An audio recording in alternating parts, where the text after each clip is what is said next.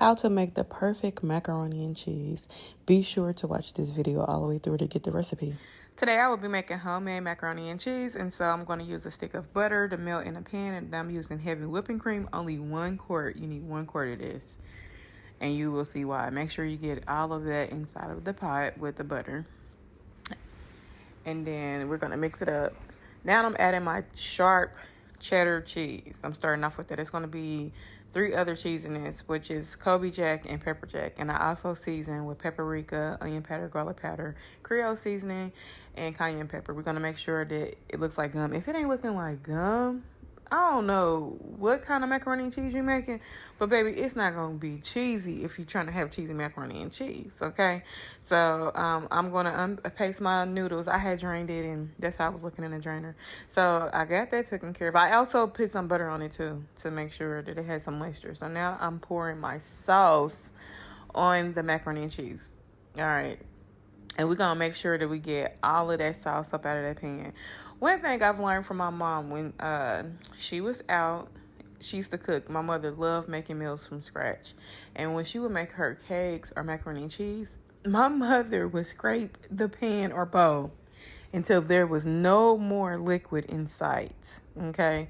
So that's something I learned from her. So anyway, I'm cutting that owl off, and I'm going to go ahead and start stirring up the macaroni with the cheese. We want to make sure that every piece of noodle has cheese on it, okay? Once again, every piece has cheese on it because we're trying to have cheesy mac and cheese. If it ain't gum, it ain't what? It's not going to be cheesy.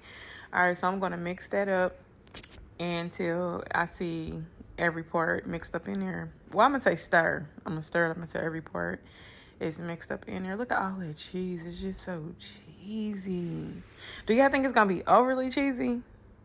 Well, stay to the end of the video to see how it comes out. But now that I got it mixed up the way I want it, well, I think it's a little bit more because I see some more noodles. We ain't trying to have no dry noodles. Not in Latoya's kitchen.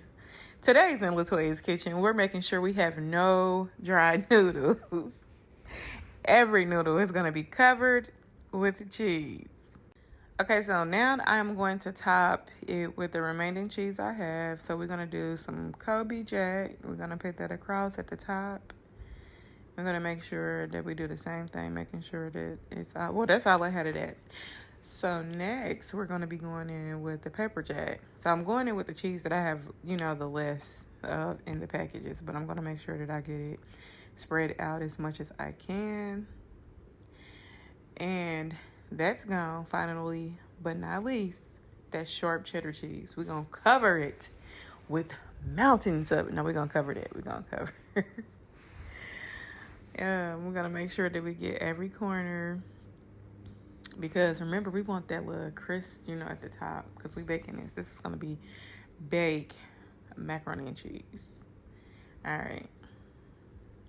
Now it's ready to go inside of the oven. And I have my oven on, I think it's 450. No, I'm sorry, not 410 degrees. And this is what it's looking like. Oh, yes. I put some parsley on the top. All right.